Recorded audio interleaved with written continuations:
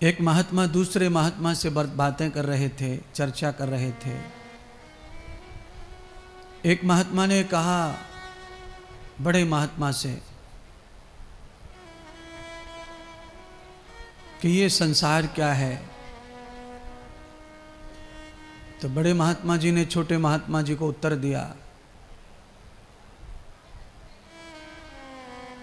उन्होंने कहा पूरे संसार को समझने के लिए हमारे पास 2 लाइन हैं, उसमें संसार समझ लो। कौन सी 2 लाइन है महाराज कहो। बड़े जी महात्मा जो थे उन्होंने कहा कि हाड़ मांस की पेटी,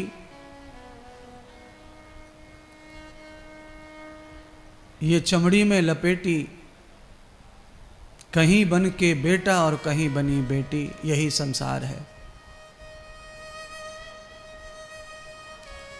आप इन बातों से कितना ताल्लुक रखते हैं या कितने आप समझे इन 2 पंक्तियों को, मैं नहीं समझ सकता। पर हाँ, आप समझना चाहे तो पूरा समझ सकते हैं। महात्मा ने कहा कि हाड़ मांस की पेटी चमड़ी में लपेटी, कहीं बना बेटा कहीं बनी बेटी।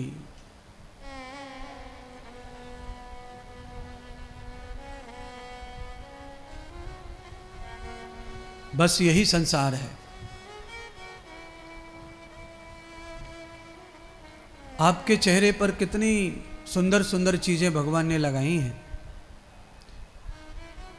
और उन चीजों से मन बुद्धि मोहित हो जाता है।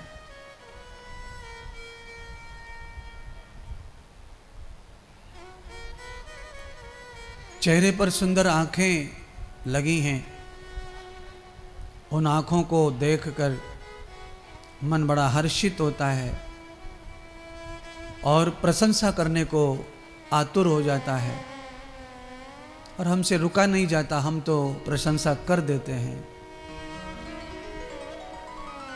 आपको बुरा न लगे तो हम एक बात कहें, और आदमी कह देता है कि आपकी जो आंखें हैं वो हिरणी के समान हैं, अति सुंदर आपकी आंखें हैं।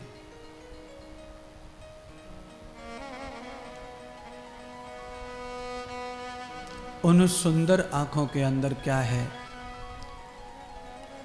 आंख में से कचड़ा आया तो लोग आंखों के कचड़े को देख करके मुंह फेर लेते हैं। भैया भैया उधर कर उधर कर, हमें तुम्हारी आंखों को देख के हमें एलर्जी हो जाएगी, इन्फेक्शन हो जाएगा, हमारी आंख आ जाएगी।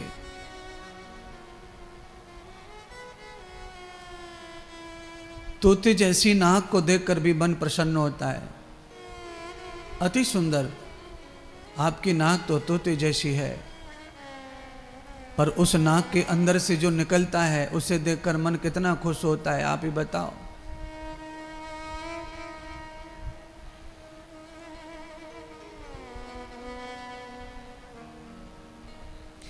कि हाड़ मास का ढेरा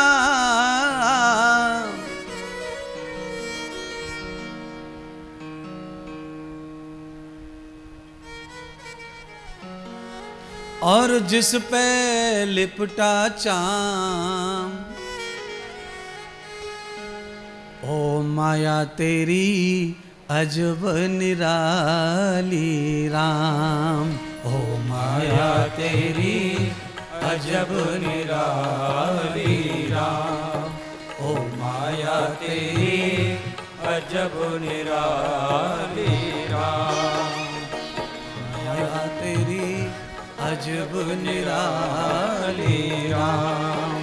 ओ माया तेरी अजब निराली राम।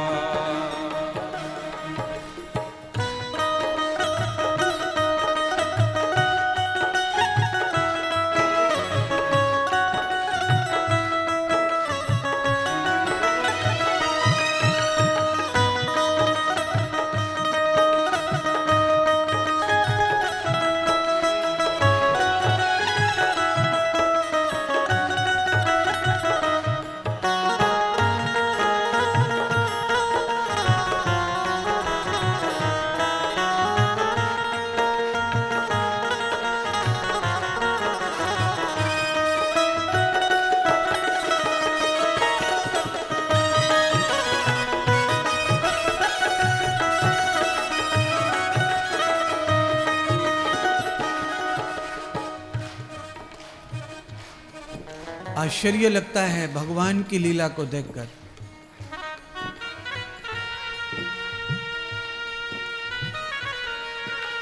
क्रोध करना बुरी बात है, इसका बुरा ही परिणाम। आदमी दूसरे को समझाता है क्रोध मत करो, क्रोध मत करो, क्रोध अच्छी बात नहीं है, इसका परिणाम अच्छा नहीं आता। पर कभी कभी समझाने वाला भी अपनी वाणी पे न रखता स्वयं लगाम। ये माया तेरी अजब निराली, ये माया तेरी अजब निराली, ये माया तेरी अजब निराली। हाड़ मास का ढेरा या पर चढ़ा हुआ है चाम। हाड़ मास का ढेरा या पर चढ़ा हुआ है चाम। ये माया तेरी अजब निराली, ये माया तेरी अजब निराली, ये माया तेरी अजब निराली, माया तेरी अजब निराली राम। ये माया तेरी अजब निराली।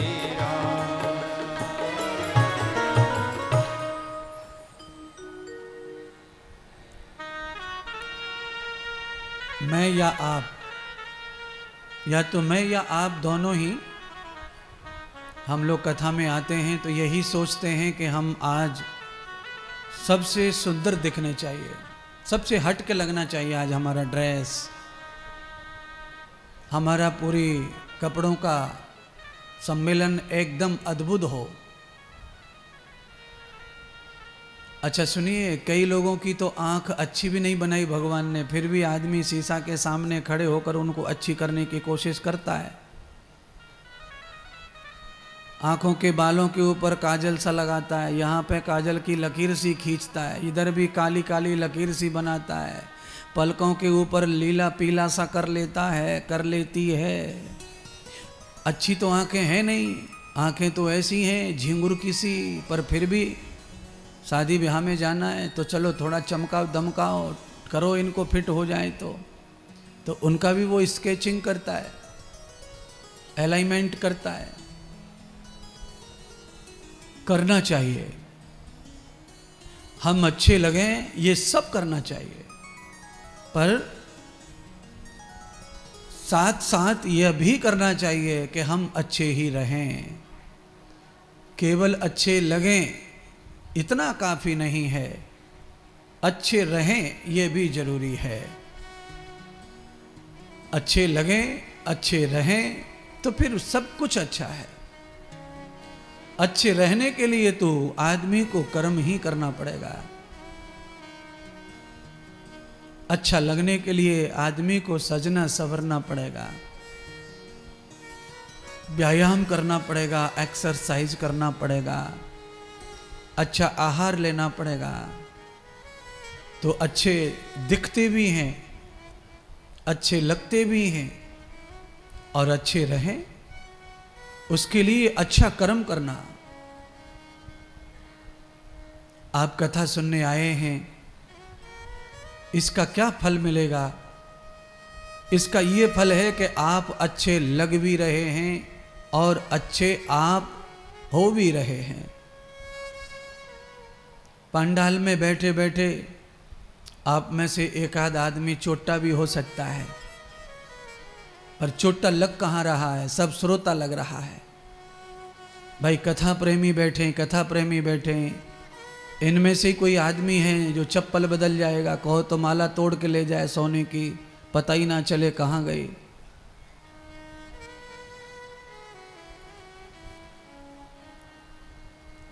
आदमी के माथे पर तो लिखा रहता है कि ये कौन है, पर उसे एक दूसरा व्यक्ति पहचान नहीं सकता, उस लिखे को पढ़ नहीं सकता। क्यों? वो ऐसी भाषा में लिखा है कि उसे धरती लोक पर कोई नहीं पढ़ सकता है। अगर कोई भविष्य वक्ता बनता है वो बनता होगा, पर वो भी नहीं पढ़ सकता है। यहाँ पर जो लिखा विधाता ने, उसका राइटिंग केवल उसी को ही समझता है और किसी को नहीं समझता। इसीलिए सब अंधेरे में तीर चल रहा है, भाग्य को लेकर, भविष्य को लेकर। किसी को नहीं पता। हमारे परिवार के सदस्य 20 साल से हमारे साथ रहते हैं। आज तक उनके ललाहट पे क्या लिखा है कोई नहीं जानता। जिस पिता ने पैदा किया पुत्र को, वह पिता अपने पुत्र को नहीं पहचान पा रहा है। पिता के सामने पुत्र बड़ा हो रहा है तो भी नहीं पहचान नहीं आ रहा है कि वो क्या गुल खिलाएगा, वो क्या करेगा। केवल परीक्षा में पास होता है, मार्कशीट में नंबर अच्छे आते हैं, वह पिता से परिचित है। पिता को मालूम है कि आज इस परसेंटेज में बालक पास हुआ, पर उसकी निजी दिनचर्या के साथ में कोई जुड़ा नहीं रह सकता। इसीलिए आज ये पंक्ति मुझे याद आई, मैंने जो अभी गुनगुनाई थी। माया तेरी बड़ी निराली राम, बड़ी अजब है राम। परमात्मा तुम्हारी माया को, तुम्हारी लीलाओं को, तुम्हारे इस चक्र को कोई समझ नहीं पाया। राजा, रंक, ज्ञानी, ध्यानी सब झुक गए, सब लुट गए, पर कोई समझ नहीं पाया। देखिए, जिनकी लिखी कथा हम गा रहे हैं, जिनकी रचना की हुई शास्त्रों को हमने पढ़ा, उनकी बातें हम आपको बताते हैं। माया ने उनको भी छोड़ा नहीं था घसीटे बगैर। इतने महाप्रतापी नारद को माया ने कैसा बना दिया, बंदर का रूप दे दिया उसको, नारद को, जो परम भक्त भगवान का, रात दिन प्रभु की भक्ति में जो लीन रहते, उस नारद को। महर्षि जयमुनि को देखो, भगवान शंकर ने ऐसी परीक्षा ली। जयमुनि जैसे महाप्रतापी ऋषि, महान तपस्वी ऋषि, पूरा शरीर लहू लुहान कर लिया। भगवान शिव जी ने स्त्री का रूप धारण कर लिया, ऋषि का मन मोहिन कर लिया। परीक्षा ले रहे थे ऋषि की, ऋषि पूरी तरह से फेल हो गए। ये क्या है? ये परमात्मा की माया है। इस माया से कोई बचा नहीं है। एक बार इस माया में सबको जाना पड़ा है, बाद में कोई सुधर जाए, टक्कर लग के अक्कल आ जाए, वो अलग बात है, पर इस माया ने किसी को छोड़ा नहीं है। तो फिर सामान्य व्यक्ति का हाल कैसा होगा? आप जैसे नर नारी का हाल कैसा होगा? बड़े बड़े योगी, बड़े बड़े तप प्रतापी, ज्ञानी, ध्यानी, इस महायोगिनी ने ठग लिए, तो सामान्य आदमी का क्या होगा? कैसे जीवन बीतेगा? तो उसके लिए महासंत, महाकवि कबीर दास जी एक सही मार्ग बताते हैं। अपने पुत्र को ज्ञान दे रहे थे। पुत्र को कहा कि ये चक्की चल रही है, इसमें जो दाने जा रहे हैं वो सब पिस रहे हैं, कोई दाना नहीं बच रहा है। ऐसे ही जन्म मरण की चक्की में सारा जीव पिस जाएगा। इसलिए हे पुत्र कमाल, भगवत शरण पकड़ो। पुत्र ने देखा चक्की को खोलकर कि पप्पा की बात कितनी सच है। चक्की का पार्ट खोला, एक नीचे वाले पार्ट में, बीच में ऊपर वाले पार्ट को घुमाने के लिए खील लगी थी। उस खील के बगल में 2-4 गेहूं के दाने आ गए थे, वो पिसे नहीं। तो कबीर के पुत्र ने पिताजी से कहा, पिताजी आप तो कह रहे थे कोई दाना नहीं बचेगा, इसमें तो दाने बचे हैं। कबीर जी ने देखा कि बचे तो है भाई, मेरा सोच गलत निकल गया, पर ये दाने बचे हैं तो बचे कैसे। कबीर जी ने रिसर्च किया तो रिसर्च में पता चला कि पाट को घुमाने वाली जो बीच में खील लगी थी, उस खील के अगल बगल में जो दाने आ गए थे, चिपक गए थे, वो दानों को पत्थर पीस नहीं पाया। तो कबीर जी ने अपने पुत्र को फिर कहा, चलती चाकी देख कर गए कबीर ठड़ियाए, और जो खीली से लग रहे उनको काल ना खाए। इस संसार चक्र को चलाने वाला जो परमात्मा है, उस परमात्मा रूपी खील से जो व्यक्ति चिपक जाता है, उसको काल नहीं खाता, उसको माया नहीं सताती। और जो इस भंवर से बचना चाहते हैं, वो खील से चिपक करके ही अपना जीवन व्यतीत करो। संसार के सब मौज मस्ती लो, पर प्रभु को मत छोड़ो, उनका ध्यान मत छोड़ो, उनके प्रति जो प्रेम है उसे मत छोड़ो, उस खील से लगे रहो। कर्म संसार में करो, पर ध्यान परमात्मा का करो। वस्तु में, पदार्थ में, द्रव्य में, संसार के लुभावने इशारों में अपने आप को झोंक मत डालो। परमात्मा को समर्पित होकर कर्म करो संसार का। निष्ठा प्रभु में चाहिए और व्यवस्था संसार में चाहिए। दिल परमात्मा को दे दो, बुद्धि संसार को दे दो। अगर आपकी बुद्धि संसार को प्राप्त हो जाएगी तो आप संसार को समझ पाओगे। पर हो क्या रहा है? उल्टा। ये जो दिल परमात्मा को देना था वो संसारियों को दे बैठे, और ये जो निकम्मी बुद्धि संसारियों के लिए देनी थी वो भगवान को दे बैठे, भगवान को लड़ा रहे हैं बुद्धि को। सब लोग भगवान में बुद्धि को लड़ाते हैं।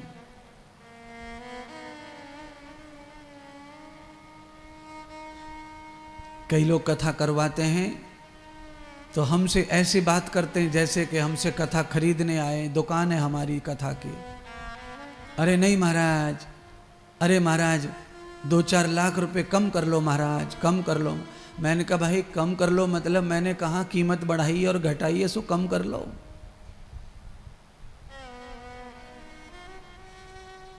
कथा में जो व्यवस्था लगती है ये सब खर्चा कर दो।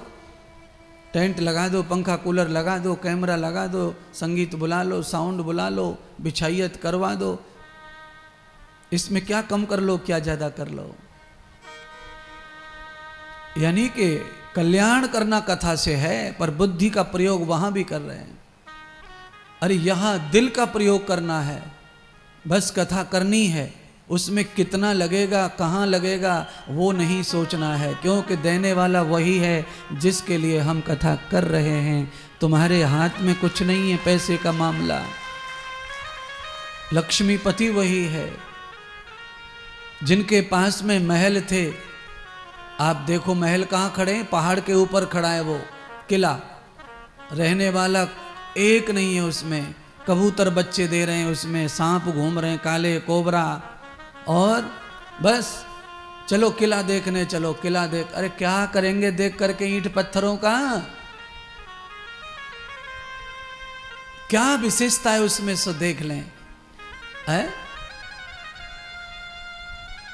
आपके घर में मजा आ रहा है, गरम चाहो गरम चला लो, ठंडा चाहो ठंडा चला लो, कॉफी बना लो, है इडली बना लो, डोसा बना लो, कचौड़ी बना लो, दाल चूरमा बना लो, व किले में जाके क्या बना लो, माता फोड़ लो।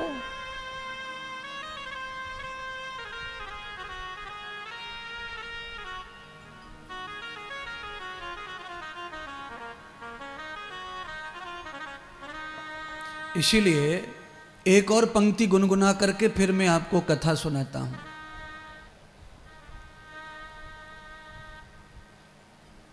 जैसा मैं समझाना चाह रहा हूं वैसा ही मैं पंक्ति सुनाऊंगा, जिससे आपको समझ में आ जाए व्याख्यान कि क्या कहा जा रहा है और हम क्या कर रहे हैं।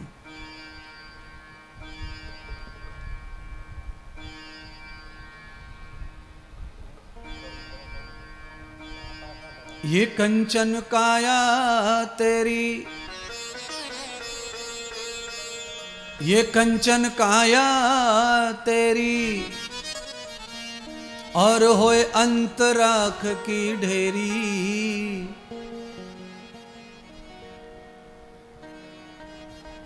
इससे जो बने बना ले दुनिया से जाने वाले, इससे जो बने बना ले दुनिया से जाने वाले, इससे जो बने बना ले दुनिया से जाने वाले, इससे जो बने बना ले दुनिया से जाने वाले।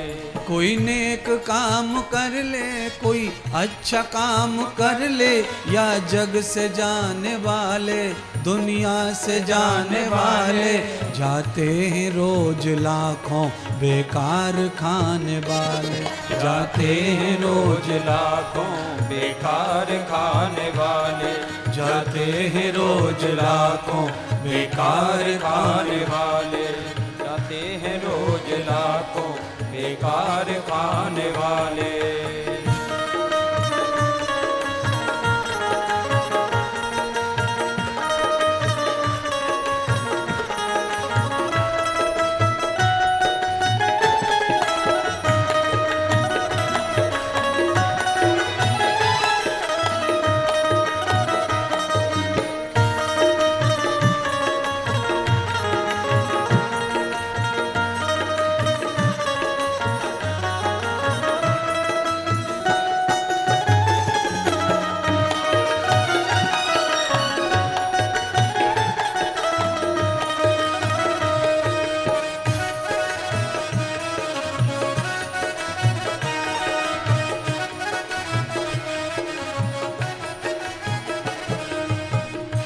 सुनिए,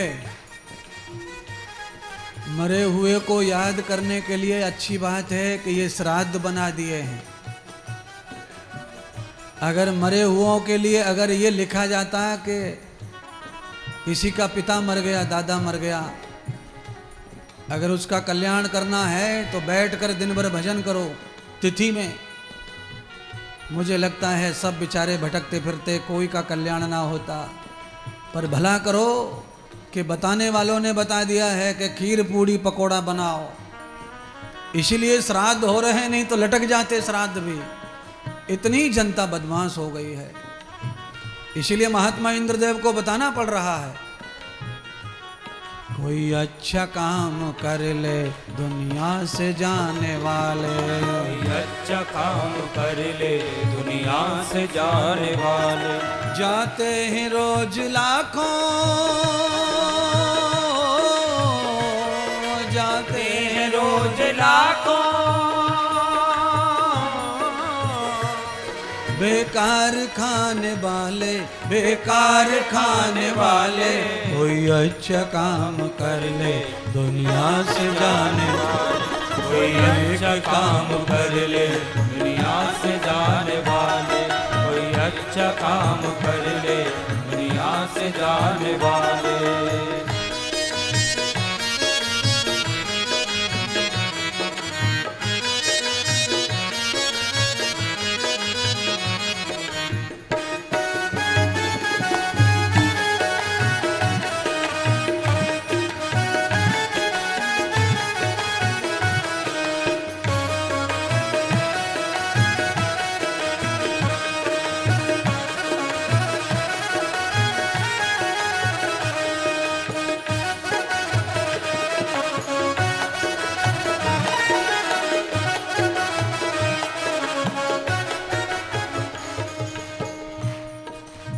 कांटों का बगीचा सही रहता है कि फूलों का? फूलों का है। फूलों का गुरुजी। ये सोफा पर बैठने वाली सेठानी रोज सामने दिखे पर बिल्कुल फेविकोल से चिपक के बैठे, और फिर सुबह सुबह आके रोवे के मरी गुरुजी दर्द कमर में, दर्द कमर में। बगीचों का फूल अच्छा है, ऐसा आवाज आई पांडाल से, तो फिर वही फूल खिलाओ, फिर कांटे क्यों बो रहे हो? ये तन तेरा तरबर है, नेकी एक क्षीर सागर है। तन तेरा तरबर है, नेकी एक क्षीर सागर है। ये तन तेरा तरबर है, नेकी एक क्षीर सागर है।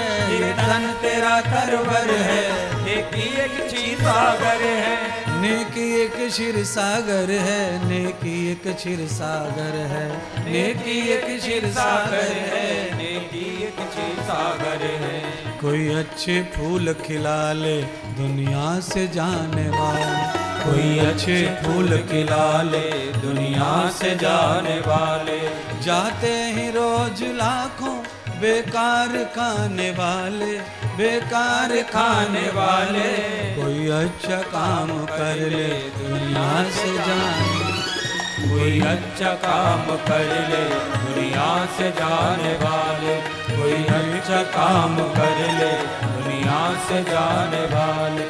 कोई अच्छा काम कर ले दुनिया से जाने वाले।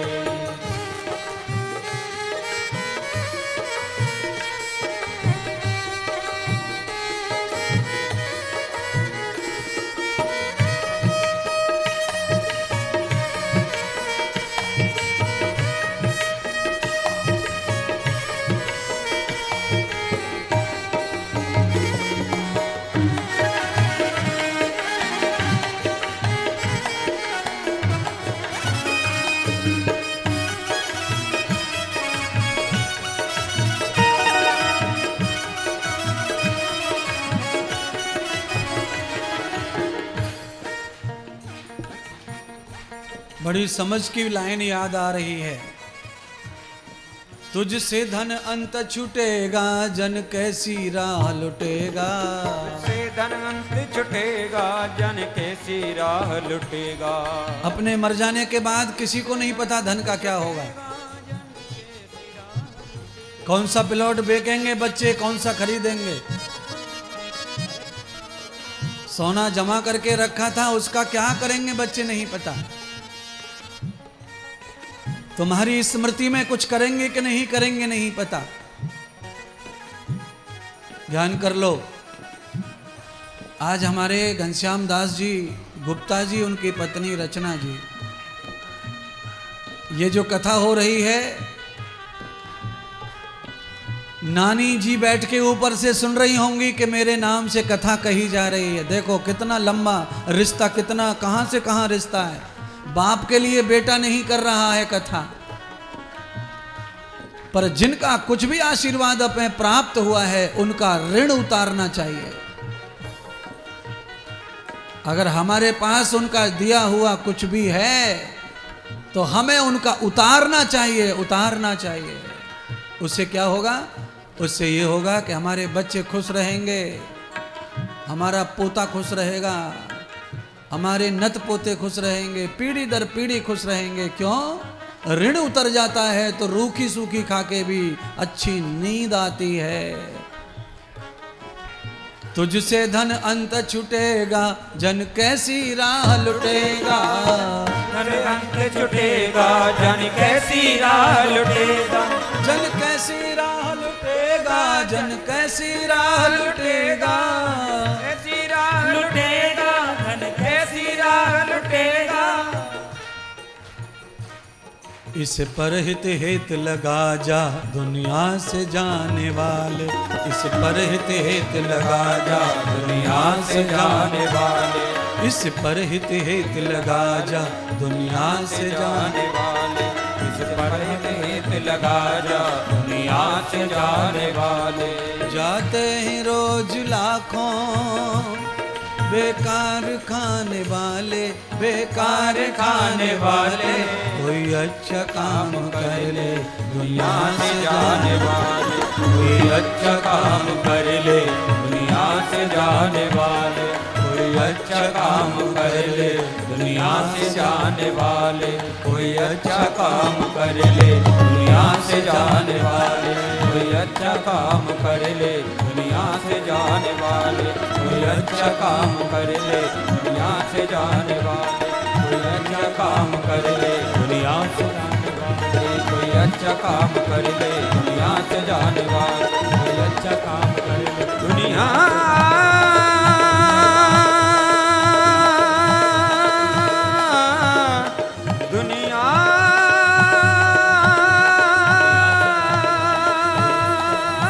से जाने वाले।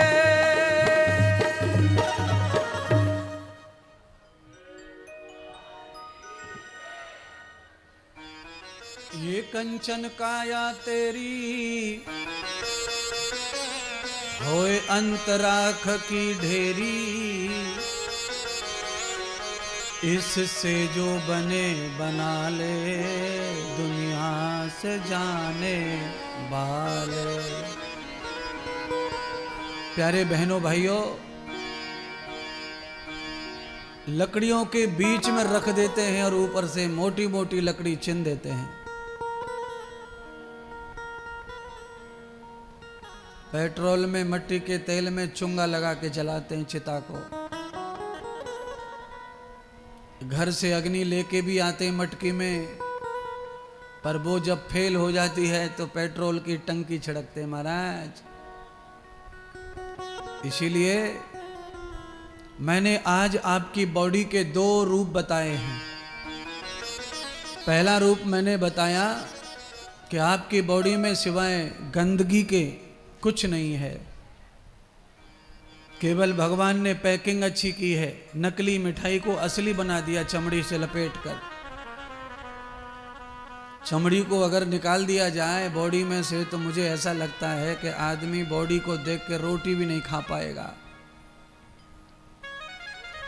इतना पस भरा हुआ है, इतना मल मूत्र भरा हुआ है, इतना थूक खकार भरा हुआ है, पर चमड़ी लपेट दी है तो ये शरीर खाने को मचलता है, आशिक बना देता है, दुनिया को दीवाना बना देता है।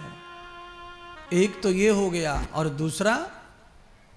दूसरा ये है कि ये जो तुम्हारा शरीर है ये सुंदर बगीचा है। इसमें अगर सत्कर्मों का पानी पड़ता रहे तो सुंदर सुंदर फूल फल आपको प्राप्त होते रहेंगे इस शरीर से। कोई खुश रंग फूल खिला ले दुनिया से जाने वाले, जाते हैं रोज लाखों बेकार खाने वाले।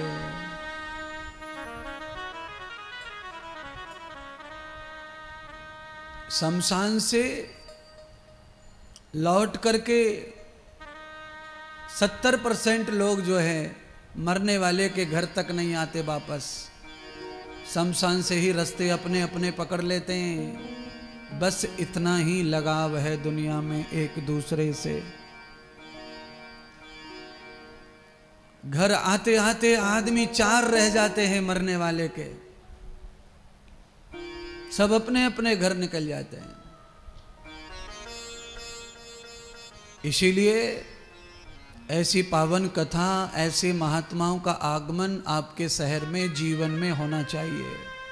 आपकी जिंदगी में हम अच्छे नहीं हैं और अच्छे महात्मा लेके आओ। कभी कभी चैन ठीक नहीं होता है, मान लो, दोबारा से चयन करो, अच्छे महात्मा को प्यार करो, अच्छे महात्मा को स्वीकार करो, पर जीवन में महात्मा रखो। क्योंकि ऋतु में बसंत जरूरी है और जीवन में संत जरूरी है। बसंत आता है तो सूखे पेड़ भी खिलने लग जाते हैं, और संत आता है तो रोता हुआ हंसने लग जाता है। संत की अपनी महिमा है और बसंत की अपनी महिमा है। बिना गुरु के बिल्कुल नहीं रहना। लाखों करोड़ों कमाए, खूब काम में काम, नाम कमाया, मार्का कमाया, डिमांड कमाई मार्केट में, पर धर्म नहीं कमाया तो सब यहीं रह जाएगा।